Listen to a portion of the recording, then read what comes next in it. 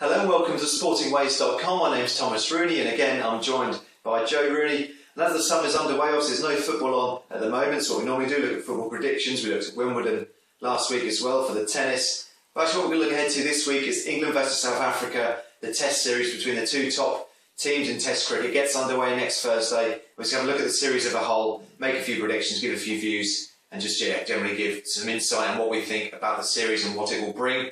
Just first of all, it's just a series we're incredibly looking forward to. Two of the best teams in the world, top two teams in Test cricket, and after West Indies were here earlier, that was a bit of a warm-up, but now this is a real deal for England this summer. Yeah, this is the big one, isn't it? I mean, it's a shame it's not a 5-match series, but you've just got to play what's put in front of you. And yeah, it looks to be a fantastic series between two best sides in the world, the best side in the world hosting it, which I think is always good. And yeah, it just looks to be a fantastic series. You sort of mentioned my point there, actually. It's only 3 test matches, which is a real shame, I think. I think it should be 5 because if you lose the first test match in this sort of series, you've really got an uphill task. Yeah. And then maybe you're a bit thinking about, well, maybe we'll just get one victory and then draw the last one. I don't understand why there's so many one-day internationals, like the series against Australia, albeit it was good for England. Yeah. But surely you shouldn't sacrifice test matches against the team as good as South Africa for the sake of a few extra 1 days, don't you?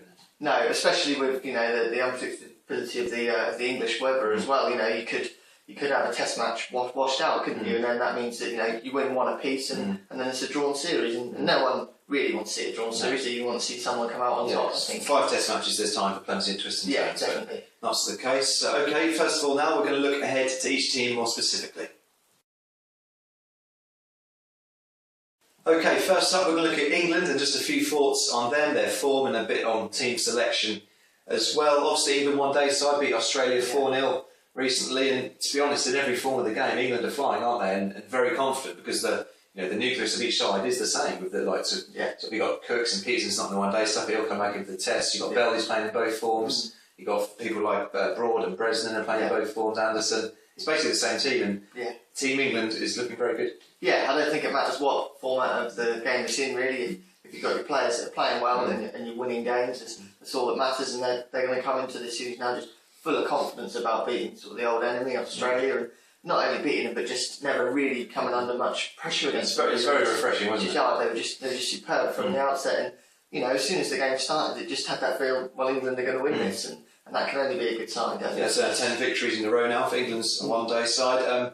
Obviously, Andrew Strauss will now come back in there and skip the side. He's, it's a really long rest. And we can't really forget that in the test matches, it was a poor winter overall. So this is a massive series because obviously we beat West Indies earlier in the summer, but that's not the biggest test in the world. With great respect to West Indies. But this is the real series for the summer, isn't it? If we're going to be one of the best teams ever, which they've definitely got the potential to be, we need to win this series, stay at number 1 for a prolonged period of time. Yeah, this is the one, isn't it? And obviously you can't forget what happened at the winter, but the England players have got to forget about that. And I think they almost would have now. I think that they've put that behind them, and they've had a good start to the summer on home soil, and they can now go into this, like I say, just full of confidence. And this is their real test to just really kick on and just show that they're going to dominate this game for a long while. I'd like to think it was just kind of put behind them after they did draw the series in Sri Lanka eventually. That was, if they'd all lost both series in the winter, then it might take a lot more. But they've drawn in Sri Lanka, then they've beaten the West Indies at home.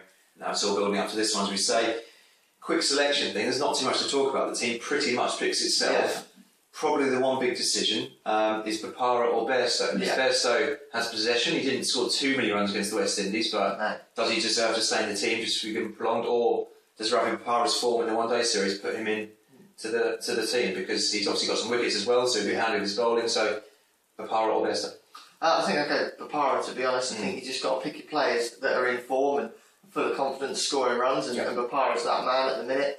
He's real quality as well. He's 27 years old, so he's sort of coming into almost his peak, if you like. And I think he's the man to go for, and I think he could relish this situation. A bit lower down the order, with not so much pressure on him. He's not a number 3 or something, is he? And, he could really just come in and almost be the man that takes an innings away from a side instead of being the man who has to build an innings. I think I do disagree with that slightly. I think maybe he is a number 3 or 4, and that's when he comes to his best, when he's given more responsibility. But because the number 6 position in England Test team is one that's the one that's chopped and changed so much, and whether Bopara can have much of an impact there, I don't know. But I think because of the form he's in, because of his bowling, I think he would be the man I go for. But like I say, with the top 5 England have got, how much chance is he going to get? But still, I think he will be in the side. So now it's time to talk about South Africa.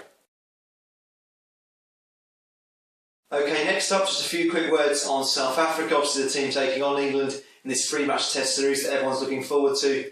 With regards to South Africa, there's only one place we can start in terms of our discussion, really. It's the Mark Boucher news. He's obviously had to retire from international cricket because of an eye injury, which he obtained in a warm-up game against Somerset. Obviously, a bail flicked off the stumps and hit him in the eye. And so at the time, they were reasonably worried, but then he had to miss the series. It was announced, and now he's had to retire from international cricket. So devastating news for someone who's given so much to the game over the years, hasn't he? Yeah, it's not nice that he's not going to be given sort of his big final send off that he deserves, is it?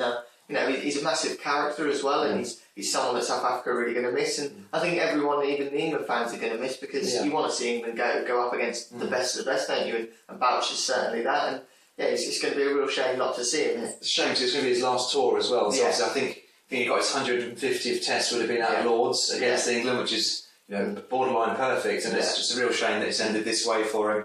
And he was stuck on 999 dismissals as well, so it's a shame. A real shame. But in terms of South Africa, the rest of the side, obviously Graham Smith is still their Test captain, not their ODI or 2020 captain anymore, but still their Test captain. And he's been the end of quite a few England captains. He was there when Hussein stepped down, he was there when Vaughan stepped down. I'm not saying that Strauss will do that, but just it's testament to Smith that he's been there for all those England captains, and he's still leading his team as who's one of the best in the world. So credit to how long he's stuck at it and how he's developed the team over the years. Yeah, he's been a fantastic servant to them, hasn't he? And he's enjoyed a lot of success against England as well. You remember that one series where he couldn't stop scoring runs, could he? Yeah, he's another one that's a really big character in the game, and it's going to be good to see him here. And he's been a fantastic captain for them. He sort of maybe doesn't get quite the credit he deserves, because he's been at it. I was just going to say that he's the captain, he scores runs at the top of the order. That's just and he's matured so much as well, because he was only young when he took over as well, wasn't he? So. Okay, and obviously they've got the same nucleus of the side. There's been the same Jack Carnes is still in there, like De Villiers and Amla, people like that. I just want to talk about the bowling quickly. Obviously, it's very, very strong, and it's part of the reason they've been a dominant side in Test cricket over the last few years, or certainly one of the top sides. You've got Dale Steyn, you've got Monet Morkel, and those two players specifically, against James Anderson and Stuart Broad. That's some of the best bowlers in the world, isn't it? And I'm really looking forward to seeing. Yeah, and it almost looks it's sort of two similar bowlers as well, isn't it? Compared to the England attack. So yeah, very, very good to see. And it's a real good summer for fast bowling. And maybe the batsmen get all the headlines, maybe, but I think this is one where everyone's looking at the bowlers, and it's quite refreshing to see. Okay, so that's a look at South Africa. Now we're going to look at who we think is going to be the top bowler and top batsman. Just a quick prediction on these key elements of this series. Okay, now it's time just for a quick prediction each on who we think is going to be the top bowler in this 3-match series. Who's going to take the most wickets, sort of over either side. Obviously, we mentioned there's a lot of good bowlers in this series. My personal opinion is that Stuart Broad's going to be the man for England and for the series as a whole. I think he's going to be leading wicket taker in this series. I think he tends to step up in the really big series against sort of the best teams, because he did that against Australia a couple of times, especially at home. He loves playing it like Lords and the Oval, where it sort of favours people like him and his bowling. But if South Africa are going to do it, I think Steyn's the man for them. But for me, Stuart Broad, I think he's a bit fresher than some other players. He missed some of the winter, and I think he's raring to go for this one. So I think Stuart Broad will be the leading wicket taker. Who are you going for?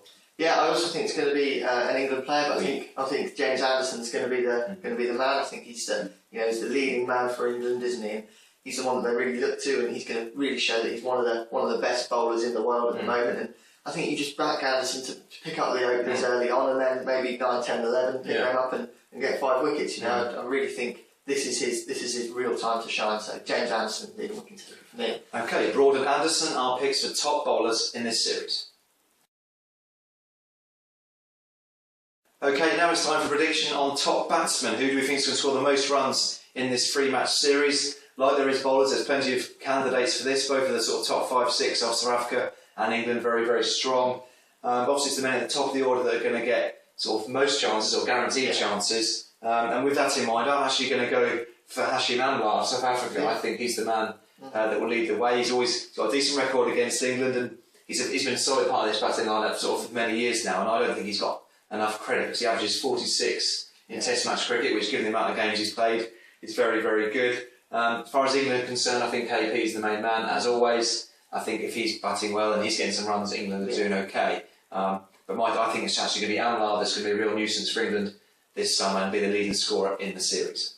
Yeah, I think it's going to be an England batsman as well. I think Jonathan Trott's going to be the man to do it. I think he's almost Amlar's opposite, isn't he? The two number threes, I believe. And I think he's just so steady, isn't he? And he's not going to go and score like a flamboyant 150 like KP will, but I think you always back him to get sort of 60 or 70 odds, I think, or really graft out an innings, and I think he'll just accumulate runs as the series goes on. Won't have too many low scores, won't set the world light, but will just be solid. Motivated against Africa as well. Yeah, definitely, of course, yeah. So just solid at number 3 and just really hold the innings together. So Jonathan Trott for me. Okay, for the top batsman, we're going for the 2 number 3s. We're going for Amlar and Trott.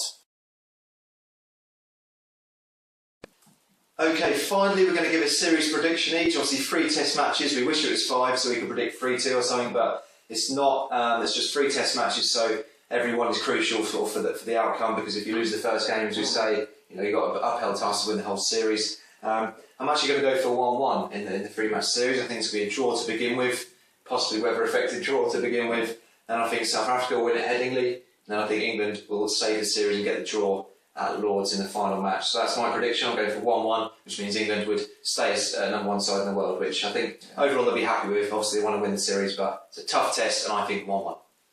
Yeah, I think England they could be unstoppable at home. I really think they're just completely different outfit, and their quality will shine through. And I think they'll actually take the series 2-0. Again, I think the first test might be a draw, but a stalemate. Teams getting to sort of know each other, and obviously the weather's not great, is it? But then I can see England just going on and winning 2 tight test matches. I don't think it's going to be by like an innings and hundreds of runs. I think they're going to be tight, but England's big name players will really step up to the fore, and when it counts, they'll do it. So 2-0 to England. Okay, let's hope the sun shines for these 3 test matches and we get a cracking series